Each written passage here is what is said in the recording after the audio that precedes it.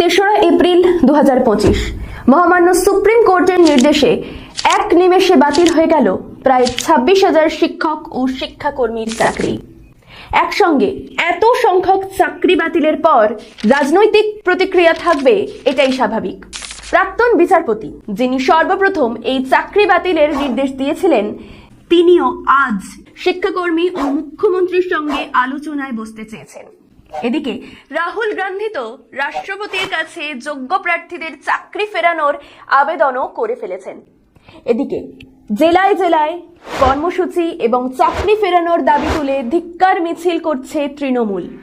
তবে যারা এর ভুক্তভোগী, সেই চাকরিচ্যুত শিক্ষক শিক্ষাকর্মীর কি করা উচিত, সেই উত্তর কোথাও মিলছে না। তাহলে এই মুহূর্তে চাকরিহারা শিক্ষক শিক্ষাকর্মীদের ঠিক কি করা উচিত, সেই নিয়ে আলোচনা করা যাক আজকের এই ভিডিওতে।